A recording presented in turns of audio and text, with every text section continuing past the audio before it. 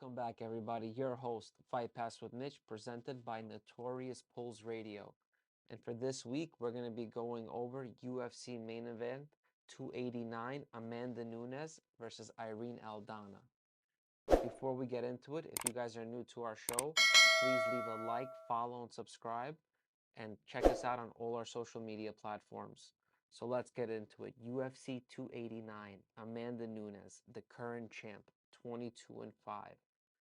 Superstar from American Top Team going against the gritty Irene Aldana, the number 5th ranked bantamweight in the UFC, record 14 and 6. Amanda Nunes, obviously, reclaimed her title against Juliana Pena in the rematch. She was able to secure her belt in a unanimous decision. The fight before that, Pena insatiably shocked the world when she defeated Amanda Nunes in the second round of their match. But obviously, Amanda Nunes is a multiple division champion, picking up wins in the featherweight division titles and in the bantamweight division. The amount of talent that she's been in her lustrous career is absolutely outstanding. She has spectacular wins over champion like Chris Cyborg, Valentina Shevchenko, and Holly Holm. She is no doubt about, in my mind, going to be one of the greatest bantamweight, featherweight, female UFC fighters in the world. She has definitely rose to the top, and she is remaining hungry and vigilant as ever. Her opponent, on the other hand, Aldana, is a great boxer from Mexico. Great handwork, great ring IQ, and a really, really good crafty finisher, and a very tough opponent. She had a beautiful three-fight winning streak where she picked up some nice wins over Macy Chiasson, Yana Kunetska, and a great knockout victory versus Caitlin Vieira. So for this night, I do believe Nunes has a lot more in the tank than Aldana, and I believe that she will remain the champion and continue her reign for a few more years before she'll be able to hang up the belt.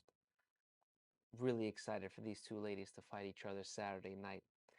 For our co-main event, which could have easily been a main event, and that's Charles Oliveira versus Beneil Dariush. Obviously, Oliveira is the number one lightweight contender in the division. He recently had a loss to Islam Makhachev, the current champion. He has picked spectacular wins over Justin Gaethje, Dustin Poirier, Michael Chandler, Tony Ferguson, and the list goes on and on. Oliveira has already 31 professional UFC fights under his belt. To explain that this man has one of the most durable and amazing stories of being just a prospect and contender to becoming the UFC lightweight world champion. So I commend Charles, but his opponent has also been lurking and waiting for his chance at a crack at the title, and that's Beneil Dariush, the number 4 ranked lightweight. Dariush, with a record of 22 and 4, has already amassed an 8-fight win streak in the lightweight division. His last 4 wins against, obviously, Martesius Gamrot, pulled over a great win over Tony Ferguson, Carlos Ferreira, and Scott Holtzman. Dariush is a seasoned veteran, and everyone in the lightweight division, from Dustin Poirier to Justin Gaethje, truly believe that this man has done enough to fight for the lightweight belt.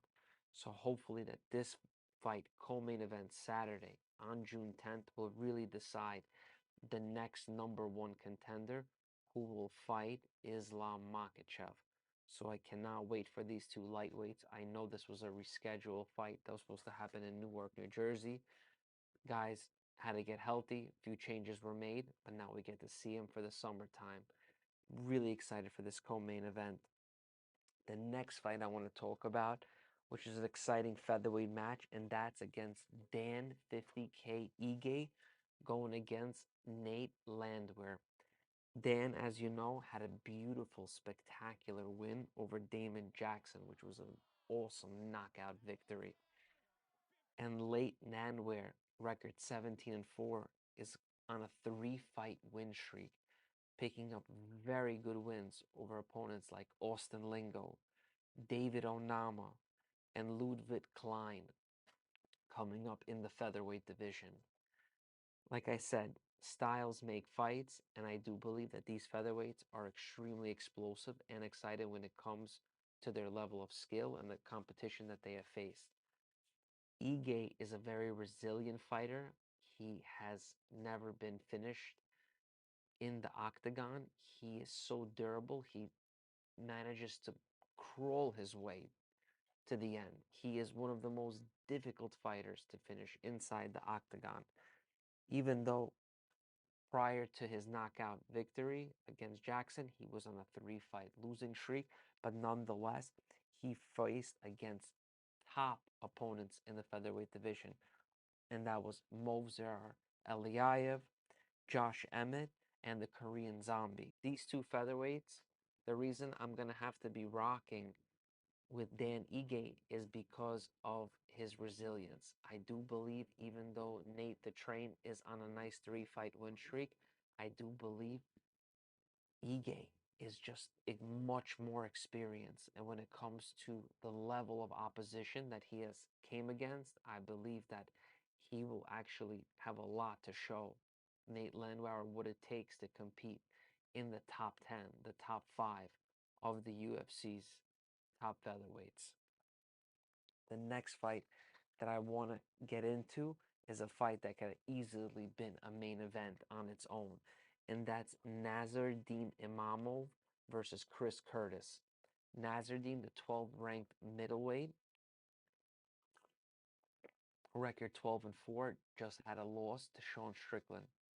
If you guys don't know, Chris Curtis and Sean Strickland are very good teammates at Extreme Couture in Las Vegas. So as you know,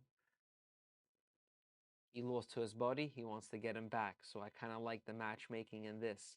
Chris Curtis is also a scrappy veteran, is also coming off a loss to Kelvin Gastelum, which was an absolute slugfest and war between these two.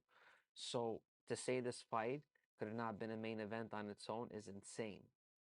But here we have it. These two gentlemen are going to face it off for 15 minutes in the octagon. Who I have having the edge in this fight, I do believe Nassourdine has the height advantage, and I do believe that Nassourdine has a bit of an edge in the wrestling when it comes to it. So I do believe as long as he doesn't fall into any pocket fighting with Chris Curtis or doesn't get caught with anything sloppy, I do believe he can easily have a nice victory come Saturday night for himself. So guys, remember, if you enjoy our show and you enjoy watching us, remember the best way to support us, we have some of the best merchandise in town at notoriouspulls.com. Remember, this is your host, Fight Pass with Mitch. We'll see you soon.